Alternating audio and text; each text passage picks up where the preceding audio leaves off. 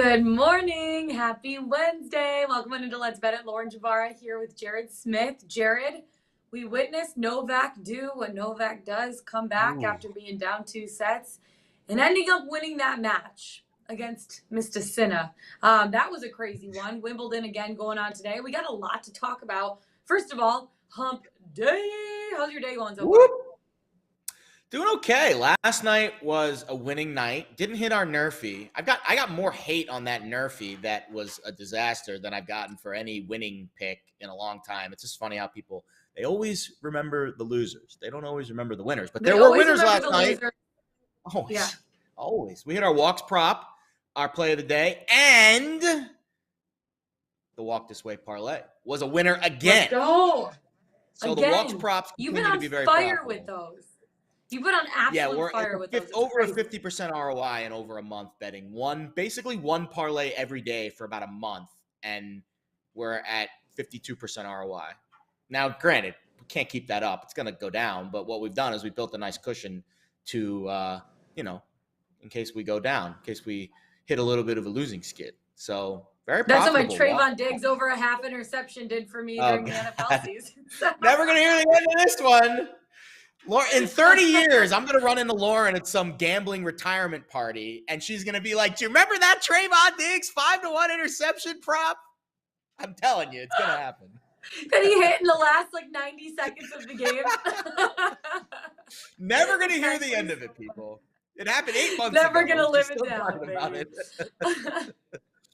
We got a lot to get to today. First of all, NBA Morning Radar. I know it's the off season, but things are happening. Summer League officially starts tomorrow. We're seeing some of the preseason Summer League games. Is that what you call them? Preseason. Pre-Summer League games. We're seeing some of those happen. Some moves happening in the ROI market. We're going to get to those in a second.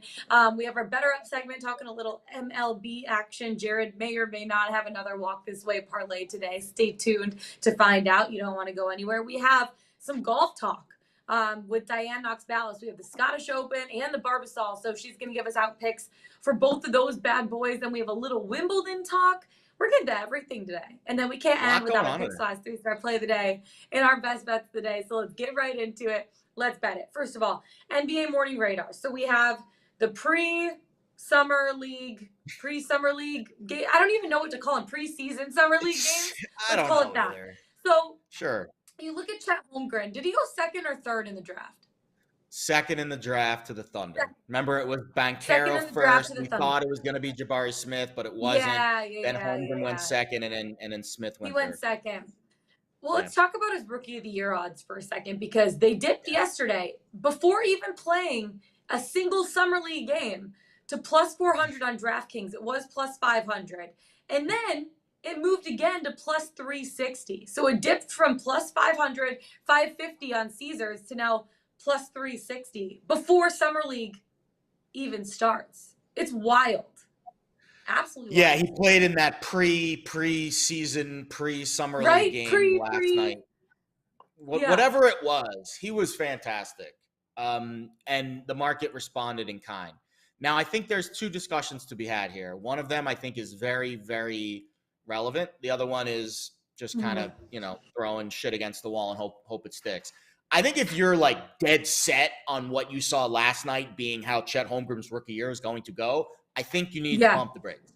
He looks fantastic. He's a great player, but moving his odds that much based off of one little stretch of games Summer League games against rookies, not even against top tier guys. You're not going up against. Yeah, it's an overreaction, but there is a very interesting discussion to be had about how we approach the NBA offseason futures market.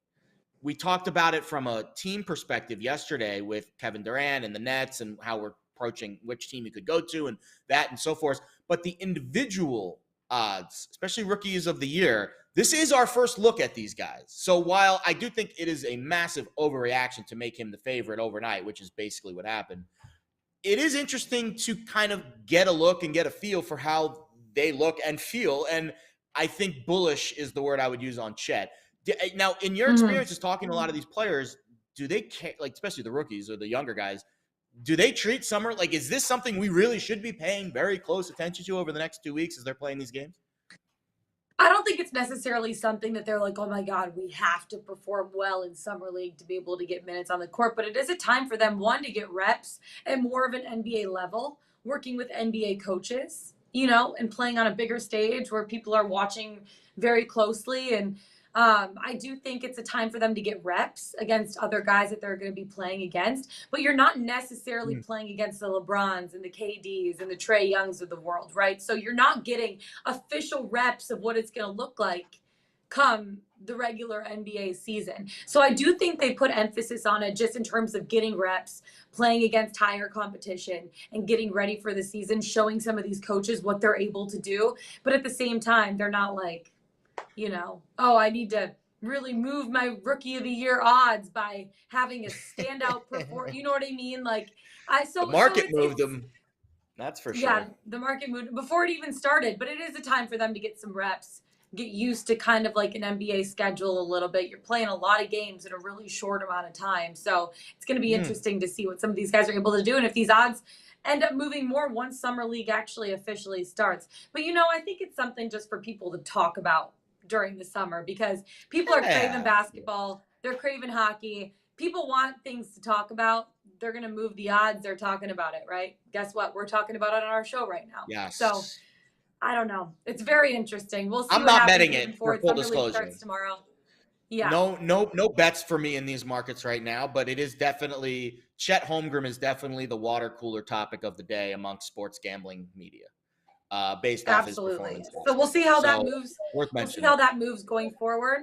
We have Summer League starting tomorrow, and we'll keep you updated on how Summer League goes. Speaking of summertime is for baseball. Am I right or am I right? Let's get into our better up segment. Right. Because we had YRFIs and NRFIs yesterday. I know you didn't hit your NRFI. It's totally fine because you've been on fire with a lot of the YRFIs and NRFIs so far this season. So yesterday, no runs first inning, went 8-7. The YRFI, though, is still 50.5% on the season. Now, there's 2 longest current streaks, which still even aren't that long. The yes run first inning, Toronto has 5 yes run first inning. And no run first inning, Cincinnati, Minnesota both have 4 no-run first inning games. So things to look forward to moving forward. Let's talk about some of your bets tonight, because you have one YRFI and one NRFI.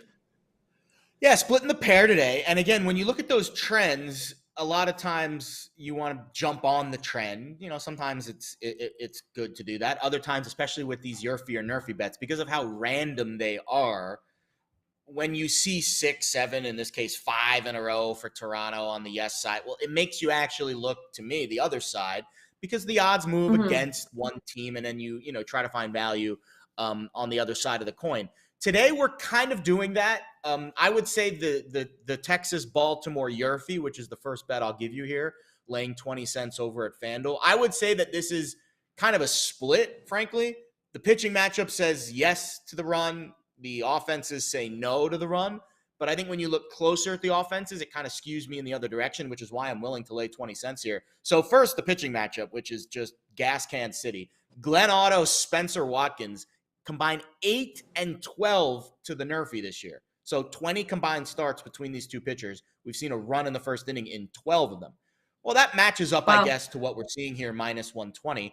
That's why the odds are minus money, because, again, when we look at the offenses, these are not good first inning offenses. Baltimore's the worst, period, in Major League Baseball at 17%. Texas just slightly better at 25%, but still about 5% below what the Major League average is, which is about 29 and some change.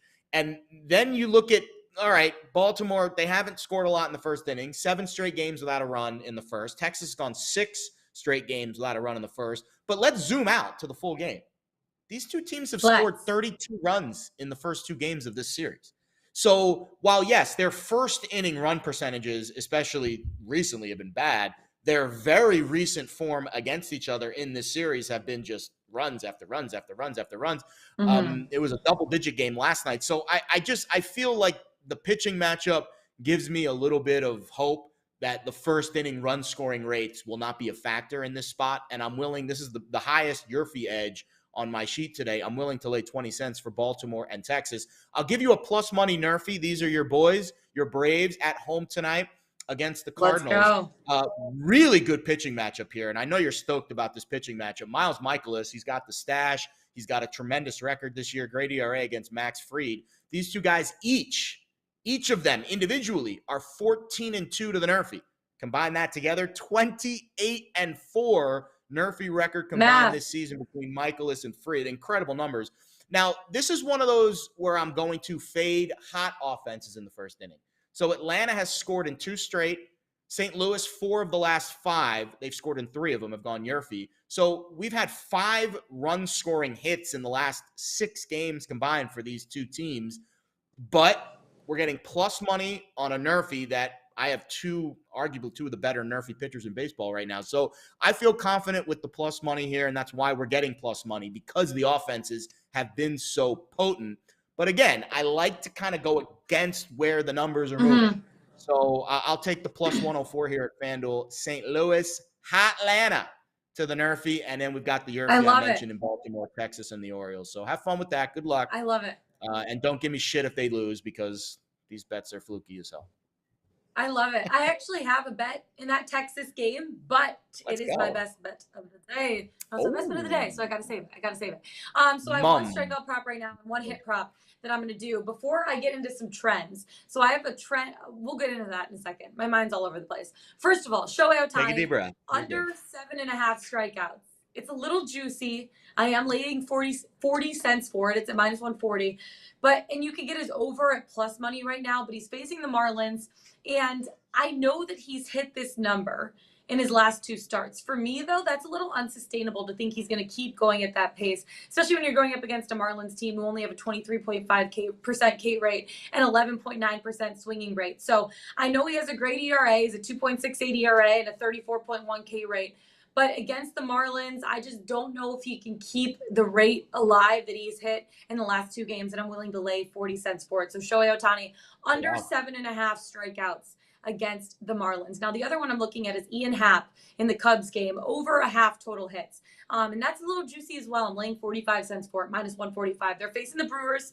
He has a 38.2 on-base percentage, which I love to see that. He has a 460 slugging and 283 batting average right now. And he also has a 134 WRC plus. He's going up against Corbin Burns pitching for the Brewers. Say that 5 times fast. Burns pitching for the Brewers. The Burns. 2.36 ERA. Yeah. The Burns, baby. Burns. Baby. Burns. Burn, baby, burn. 2.63 ERA, 31.8% K rate. But I feel like Ian Happ's going to get on base at least once, and not by a walk. I think he's going to hit himself on a base at least one time, because, I mean, his batting average, he's been hitting really well this season, and I love his slugging percentage as well. So I'm willing to lay the 45 cents for it, betting on him getting over a half total hit. So I think he's going to get at least 1, maybe 2 if we're lucky. Before we get drinking that juice today, LJ. I'm bringing the juice, baby. I know. Felt like some orange juice this morning. I had a cup of apple juice, you know. Now we're getting into the drink tomato juice. So that's a very hit or miss juice flavor. My dad likes that. It's an old man's thing. I tried it a couple times because I thought it'd be a very nutritious breakfast, and I almost gagged like both times. So. No, it's not my thing. I like tomato soup, but not quite tomato. What about Bloody Marys though? No Bloody Marys? I do like Bloody Marys, so that's there you go. Add a little vodka, some pickles, olives, and celery. Call it a day. Cured meats, why not? You know. Okay, let's talk about a couple trends that I'm seeing, and you tell me if you like them or not. So the Mets, I kind of like the Mets money line here because they're 21-0 as favorites, following a loss in their last 21 games. Oh yeah. How do we feel about that?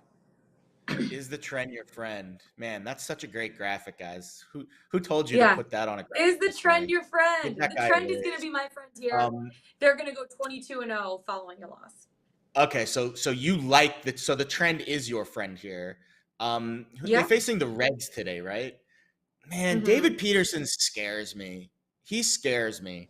I'm going to say no. The trend is not my friend today. I would not bet the Mets today. I'm very bearish. I'm very bearish on the New York teams in the second half of the season. First of all, they're going to be favored. Both of them are going to be favored by so much because they both had great first halves, and the Yankees are always favored by so damn much. But I'm fading both New York and the Yankees and Mets, I think, in the second half. So I'm going to say no to this one. This is cross-arm Okay, emoji. even though they're 21-0 in their last 21 games. Yeah, I know. I don't know the trend. That trend is not my friend. Okay. Sorry How about about that, this LJ. one? Rockies, All right, Dodgers. No Rockies, Dodgers, no runs first inning. The NRFI is 8-0 in the Rockies' last 8 road games against NL West teams. Oh, how do we feel about that? Wow, that's a juicy trend. Let me look at my I dug deep for that one. NRFI sheet, and let's take a look. All right, so here's the only issue I have. First of all, Mitch White is a guy that I would be willing to bet on for a NRFI because I think his stuff is pretty good, and he's been a little unlucky, I would say, with his first few starts. He hasn't had a lot of starts this year. But Jose Urena is starting for the Rockies today. He is making his 2022 debut, and he was not a good NRFI pitcher last year, just 21-15. So I would be a little weary for Urena making his first start of the season at the Dodgers. So I would say no to that trend too. You're 0 for 2, okay. Jabara. Better luck tomorrow. How about this one? Because you like fading. I have one more. You like fading the New York teams. What about the Pirates' run line? They're 6-0 as run line dogs in the last 6 against AL. Honestly, now maybe we'll start tracking it today. We can call it our Big Apple fade. I don't know. We'll come up with some stupid name for it. But I would be willing to bet that. But we'll come up with something. I hated that, but we'll come up with something. Terrible. That was awful. I'm putting myself in a 5-second mute for that one. Oh, yeah. All right. Okay. I would be willing to bet that if we take $100 today and we fade the Yankees and the Mets every day, we put like $1 or $10 on it, I would be willing to bet that every day we bet the same amount against those two teams, run line or money line, pick your whatever you want. They're going to be favored most days. So you're going to get plus 1.5 probably. I would be willing to bet we have more money than $100 at the end of the season. Those two teams have been so damn good, and the money line prices are going to be so juiced against, they're going to, especially the Yankees are going to face some bad teams in the second half. The Orioles, the Pirates today. Yes, absolutely fade the Yankees and the Mets every opportunity you get. I think that's where the value is. Perfect. I know we're going to bring in Diane in a second, but before we do, let's talk about your Walk This Way parlay. What do we got? Yo, we are hot, LJ. Listen, I'm not going to get on a soapbox and say parlays are get-rich-quick scheme. They're not. For the most part, you're going to lose. That's why the books make 20% on average hold on them. But like I said, if we manage our bankroll accordingly, half a unit per day, and stick to our formula, which is we find the heavily juiced walk props that are flashing value, we have an over 50% ROI on a relatively bigger sample size here of a month. So we're going to keep staying consistent, and we're going to try to thread the needle once again. Jose Barrios, over a half. We only need one walk at Oakland today. 88% hit rate on Barrios this year. 14 of his 16 starts have had at least one walk. Oakland's not a high walk team, but I think we're going to get one. Moneyball. Let's just hope they get one today, and we'll get Barrios across the finish line. So this is chronological order. So we'll start with Barrios, 3:45-ish start time Eastern for this game. Then we've got a big number here. Josiah Gray, under 2.5 at the Phillies. Okay. Now, if you were with us last week, we lost on the last batter of the game. We took a chance. We bet Josiah Gray's under 1.5 solo at plus money, and he was looking great. And I think the Nats left him in like one inning too long, and he went over in that last inning. Well, now we're getting an extra walk here at 2.5. So again, I think Josiah Gray is a buy low kind of pitcher. His stuff has looked better of late. He stayed under 2.5 walks in 3 of his last 4 starts. Finally, Christian Javier over 1.5 against the Royals. Don't look now, but the Royals are becoming one of my favorite walk lineups in baseball. They've been tremendous this season. 11 of the last 18 righties that have faced the Royals have gone over 1.5 walks. So there you go. I'll give it to you one more time. Barrios over 0.5. Gray under 2.5. Javier over 1.5. We got 3 different numbers on 3 guys today. Plus 293 for this bad boy. We'll try to make it 2 consecutive. Walk this way. All right. No, that was bad. Sorry. Walk this way. Wow. Let's walk this way right onto that segment and onto the golf course and bring in Diane Knox Ballas to save us all. Hey, Diane, his voice. Allergies. Oh, my gosh. Let's bring in Diane Knox Ballas to talk golf because we're walking this way onto the course. Jared, that was horrible. It was awful. Yeah. I'm just going to take a timeout for the rest of this one. I couldn't deal with any more of that singing. It's definitely time to move on. I do have a name. I do have a name for your fading of the New York teams. You could call it Rotten to the Core. I love that. Yes! Oh, Diane, I love it. I love it. That was That's why they pay you the big bucks. Knox. Yeah. I love it. Diane, there's 2 tournaments this weekend. Scottish Open, the Barbasol Championship. I know you're excited about the Scottish Open, right? They have an extremely strong field this week. Isn't it set to be like one of the strongest non-major in DP World Tour history, I think, right? Your expectations heading into this weekend. Yeah, it's an amazing field. 14 of the world's top 15 players teeing up at I say the Renaissance Club. I don't know if do you say the Renaissance? Is that how you would say it? Renaissance. No, it's Renaissance. Renaissance. Yeah, no, you're right. Okay, we're good. And obviously, I'm Scottish, and this event being elevated, having some of the world's best, all eyes on the east of Scotland this week is just amazing. And it's, as you said, one of the first events co-sanctioned between the PGA Tour and the DP World Tour. So it's great because when looking at picks this week, you can't just dive into the PGA Tour guys. You have to really look at the DP World Tour. And the great thing is the other tournament that's going on, the Barbasol Championship in Kentucky, there's 50 guys from the DP World Tour playing in that as well. So it's just a brilliant week of golf. You're going to be seeing a lot of names popping up that you maybe aren't all that familiar with, and seeing how the big guns are going to get on too. Yeah, and speaking of one of the big guns, one of your biggest guns that you hit on an outright a couple weeks ago at the U.S. Open is back in action at the top of your card at the Scottish Open. Matthew Fitzpatrick has been so good. He's played at this course before, right? And I think when I was reading your write-up, he almost won this tournament very recently. Yeah. And no surprise, he's a guy that we're betting on again this week. Yeah, he lost in a playoff last year to Minwoo Lee. And the thing about links golf is it's completely different golf. So guys going over that have never experienced it. And I always think back to Colin Morikawa last year, who missed the cut at the Scottish Open and said he just couldn't figure out how to play links golf, and then won the Open Championship the following week. But it's completely different. The grass is different. The rough is really, you have that long, wispy rough. Large, slow greens. The greens would run way slower than a typical PGA Tour course. And the weather is a massive factor. Like, we're going to see rain and wind. It's just one of those things. So I love Fitzpatrick because he's English. He grew up playing this kind of golf. He's obviously in the form of his life right now after just winning the US Open. And he performed well at this course last year. So I think it's really hard. I wanted to make sure I didn't just want to focus on the big guys this week. So when I saw that Fitzpatrick was 22-1, I'd said to myself, if he's over 20-1, I'm picking him. So I was quite happy to get him at 22-1. But I love him this week, and I think it's really impossible not to. Mm-hmm. When you look at the Renaissance Club, like I'm looking at your list right now, how does this course favor guys like Cam Smith, Ryan Fox, Keith Mitchell for you to be able to bet on them playing in that wind, playing in that rain at a tough course like this? Keith Mitchell is an anomaly, and I'll move on to him in a little while because he doesn't fit my mold at all this week. That's something that tells me to pick him. You always need an outlier. You always need an outlier. Have to.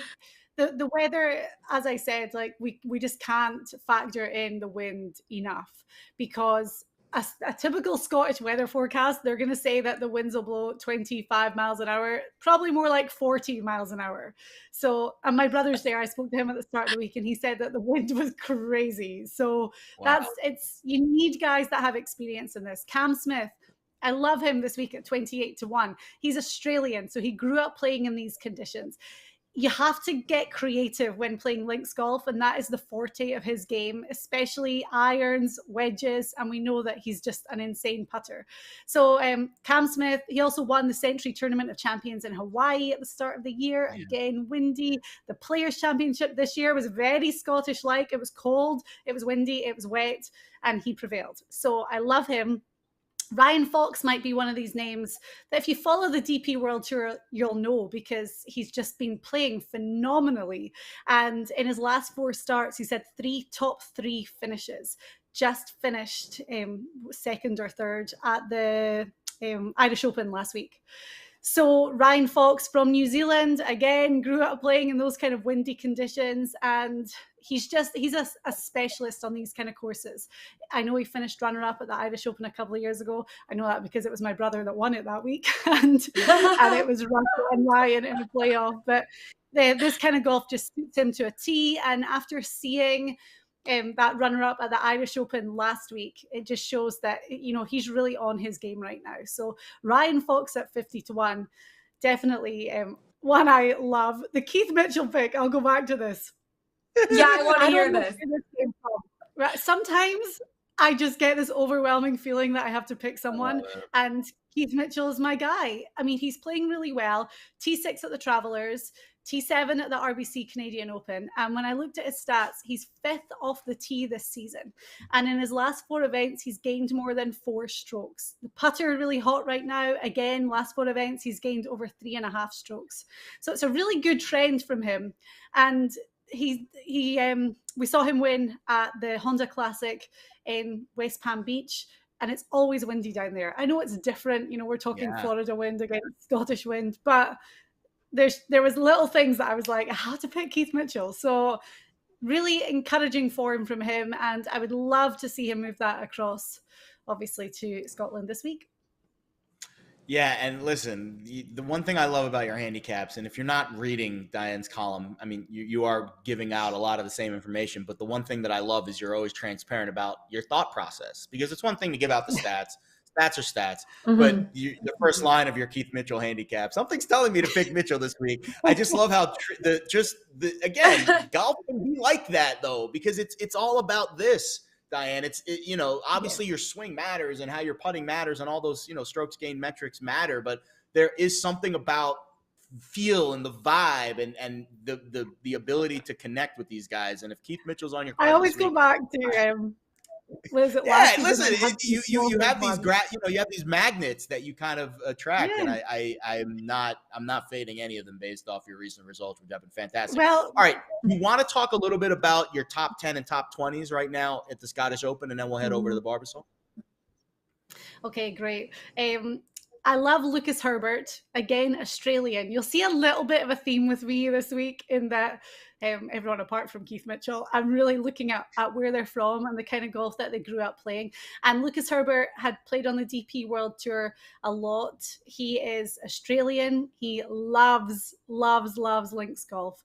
And he's played really well here. He finished T4 at the Renaissance Club last year and in 2020. So back-to-back top 5 finishes for him around this course. His first PGA Tour win came earlier this season in Bermuda, windy golf course. And I was looking at his putting stats in particular, but he right now is second for the whole PGA Tour season in strokes gained putting. And he's obviously putted really well here before, carding those 2 top 5 finishes. But, I love that because you have to get the feel for these big, slow greens pretty quickly. And I think Lucas is going to figure that out. So top 10 finish at 6-1, I thought was amazing.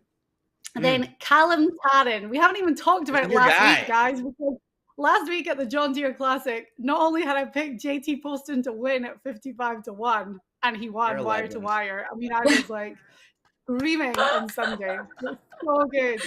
I had. And you almost hit McCarthy top 5. Didn't you bogey the last hole? Oh, yes. You almost had you were unbelievable. Yeah, last the ball whipped out of the hole. I know. So crazy. I almost had him finish in a tie for 6. Callum Tarran finished in a tie for 6, and I had him for the top 20. Yeah. And there's no way that I'm backing off him right now. So I'm going top 20, Callum Tarran again at plus 850. Finished T6 at the John Deere last week, as I said. He's got really good putting stats right now. He is English, so again, kind of familiar with this kind of golf. So there's no way. I mean, he played so well last week that I had to pick him again this week. And then The other cool thing about this tournament at the Renaissance Club, it's the 4th consecutive year it's hosted the Scottish Open. There's been a playoff every year so far. So we could get yes to a playoff at plus 300. Let's do it. It's a fun little prop bet, but let's go for it, especially with the weather forecast looking how it is for Sunday. Yeah. That'd be fun. More golf, the merrier. That's my opinion. Yeah. Let's take it from Scotland to Kentucky because we obviously have the Barbasol Championship. Whoa. Totally the opposite end of the spectrum there. I know, literally. We have the Barbasol Championship, and these are some players that maybe not a lot of people know who they are, know very much about them, and that's why you have us covered. This is a course that has wide fairways, big greens. What type of golfer does this place favor? Well, what's really cool is last year it was won by Seamus Power, who's really cemented his name as a well-known golfer from Ireland. And he beat JT Poston in a playoff, and Poston won last week. So it's just cool how, okay, we might say, oh, wow, really weak field playing the Barbasol, but this is such a jumping block for so many guys looking to kind of get over the line. Also, we have to remember this week that after this week, there's only 4 more events before the playoffs begin. So guys really need to think about their number, and the top 125 secure their full tour card for next year and get into the playoffs. So there's a lot of guys creeping around about that number that are going to have to really capitalize and make some moves. I love Chesson Hadley this week. He's 35-1. Finished T5 at the Travelers a few weeks ago, finished top 10 at the John Deere last week. I was watching him for the John Deere as well. But again, great putting stats, really good weekend putting stats. And I think that it's a brilliant time for him as his game is really pretty strong to try and get that win. My favorite bet for the week, though, is Taylor Pendrith at 40-1. And I can see Jared's face here like, what? So finished T13 at the Players in March, and afterwards realized that he had a broken rib. So that sidelined him for a while. He was supposed to return last week, but he tested positive for COVID. So nobody is going to be more raring to go than Pendrith. And as I said, he was playing really great. He'd finished T5 at the Bermuda Championship earlier this season as well. So it's really hard to kind of look at his stats because he hasn't played for such a long time.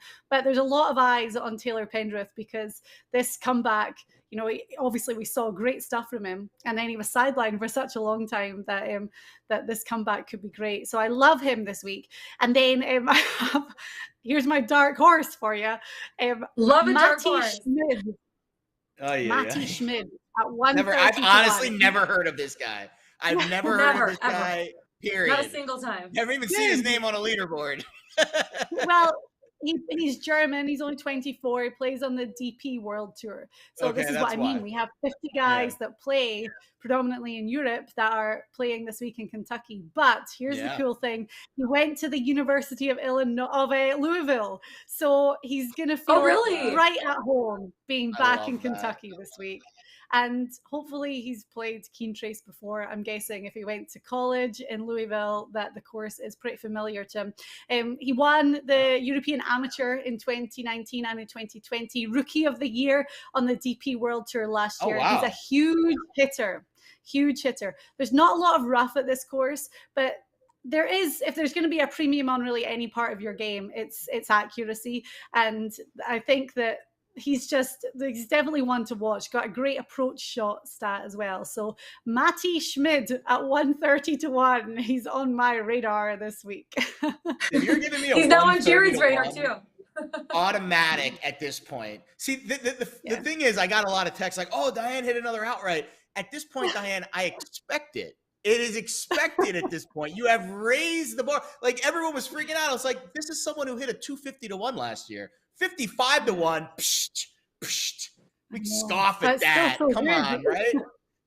Get the 130-1 in there. Let's do it. So excited for more picks this week, Diane. Great week of golf. Really good week. It's a great week of golf. I know you have one more bet, a top 10 for the Barbasol. Tell us a little bit more about Josh. Oh, yeah, that's right. Yeah, it was so sad. I had Ryan Armour, great odds for a top 10, and then he got into the Scottish Open, so he withdrew and flew across the pond. So I was like, see you later. The worst.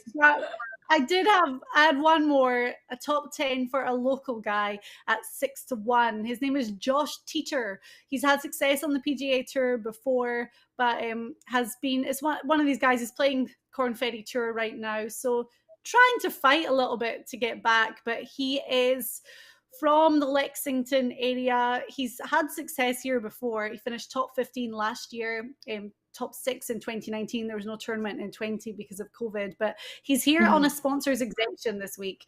You know, he lives close by. Hopefully he's been playing the course loads in preparation. He's going to have the real backing of the fans. And sometimes I think when, you know, the real local hero who's just really kind of struggling, doesn't have PGA Tour status right now, to go out there, to be given that opportunity in a hometown event just means something extra special. Yeah. So Josh Peter, top 10 finish at 6-1. I thought it was definitely worth something this week. I love it. I love it. Diane, thank you so much. Best of luck with your bets. We got the Scottish Open, the Barbasol Championship. Make sure to track Diane's bets and check out our articles on the Pickswise.com website. Diane, we'll see you next week, or maybe this weekend. I don't even know. Well, when's the next time we see you? We'll see you soon. Diane's everywhere. She is omnipresent in the golf betting world. Oh, thank you, guys. Diane. Thank you, Diane. Diane Knox Ballas. Okay, from the course, we take it to the court, the tennis court, that is, because we got Wimbledon going on. Novak Djokovic, obviously, we saw yesterday, he lost the first 2 sets, came back, won the following 3, won the match, is now out of the quarterfinals. He's on to the semifinals, which is going to be Thursday at 8:30 a.m. Eastern time, and he's taking on Cameron Norrie. So tell us a little bit more, Jared, about your rollover bet that you've been doing for Djokovic. Absolutely. Congratulations to Alex Gruskin, who came on our show yesterday, did a fantastic job. Timing is everything in life, and we didn't plan it this way, but the 5-10 minute stretch that he was on our airwaves was that perfect buy low moment on Novak, down 2 sets to love. And I saw a couple people in chat were able to get in on it at plus money. So Novak is on to the semis. The money line price in the semifinals is much, much longer, minus 1,600 than it was in the quarterfinals, minus 800. And I'll be honest, it kind of makes me think that the rollover is not going to be a profitable venture at the end of the rainbow. I don't know that for sure. Here's what I do know. If he does win tomorrow morning, we will have $133.15 in our Djokovic rollover pot heading into the final. That means if the odds in the final are minus 265 or shorter, and it's likely that he's going to face a Nadal or one of those type of players, Kyrgios, those guys are playing right now, then the rollover will be profitable. So minus 265 odds is now the line in the sand. That is the number we are looking for in the final in order for the rollover to be profitable. If it's minus 266 or 267, et cetera, 300, 350, 400, blah, blah, blah, then the futures price at minus 120 that we also bet before the tournament will end up being the more profitable bet at the end of the rainbow. Is it going to be a lot in either direction? No, we're talking about pennies, maybe a few bucks in one direction or the other. But that's what we do. We track it, we give you the results, and we move on. I think he's going to win the tournament. I really don't think it matters if you bet the future or the rollover. You're going to win about $75 to $85 in profit if you bet $100 at the end. So again, this is not one of those things where you have to bet one or the other. I bet both, a unit on each, and we'll see what's profitable. But I think after seeing the odds for the semis being minus 1,600, I feel confident in saying the rollover will not be the more profitable venture of the two.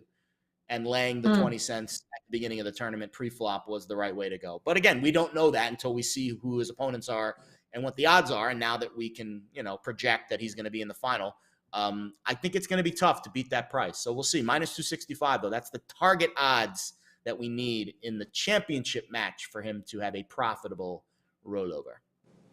And we're going to keep you posted with that. Obviously, the semifinals tomorrow, right? Tomorrow's Thursday already, 8:30 a.m. Tomorrow morning. 8:30 a.m. Eastern time. Yep. Novak Djokovic, semifinals. We'll keep you posted. Wimbledon, lots of good matches going on today. Obviously, some good matches going on tomorrow. We'll be chatting about it even more. So why not? Okay, I know we have our best bets of the day, Jared, but before we do, let's go to Pickswise.com, chat the 3-star play of the day. Who do we got? Oh, I don't mean to disappoint all of you, but we don't have one currently at the moment that is going off today. We do have Diane's best bets for this week, which we just went over. So if you want to read about them, which I encourage you all to do, those exist on the site currently as a 3-star bet. I can also tell you there are 2 parlays for baseball today, a mega and a non-mega, that are currently on the site as well. No, we have 3 parlays for baseball today. We have a walk this way parlay, Jared. How can you forget? Oh, that's right. You know, I got to talk to the powers that be about getting my walk this way parlay on the site. You would think that I'd be able to pull some strings considering my lofty. I feel like you know a guy. You know a guy. I know a couple of guys that work here, so we'll see. But no 3-star individual plays. But yes, LJ is right. 2 parlays by our Pickswise crew and 1 parlay from yours truly. Walk this way. Speaking of walking this way, Jared, let's walk this way right into your best bet of the day because you got another walk prop for us. So please hit me with it. So full disclosure, I am 0-2 this season betting unders with walk props. 33-20 betting overs, which is an insane record at this stage of the season. But we're betting an under today. So buckle up, baby. Hey, you know what? It's got to hit one time. It's like a coin flip. 50% it wins, 50% loses. You know what I mean?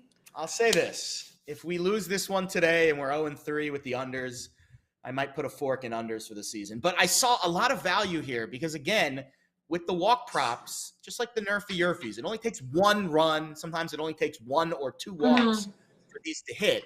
So when I see trends really start to skew in one direction, my initial gut is to fade that trend. And that's what we're doing today.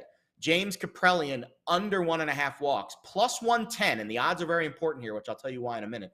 But Kaprelian was a 50% hover rate, hovering around the 50% mark with his hit rate on the year and last season until a very recent trend that has seen him walk 14 batters in his last 4 starts. Obviously, all 4 of those starts have gone over 1.5 walks. So we saw a 50% trend this season, 50% last season, and then all of a sudden, 4 really bad starts in a row. One of them had 6 walks where his numbers have just been skewed in the other direction.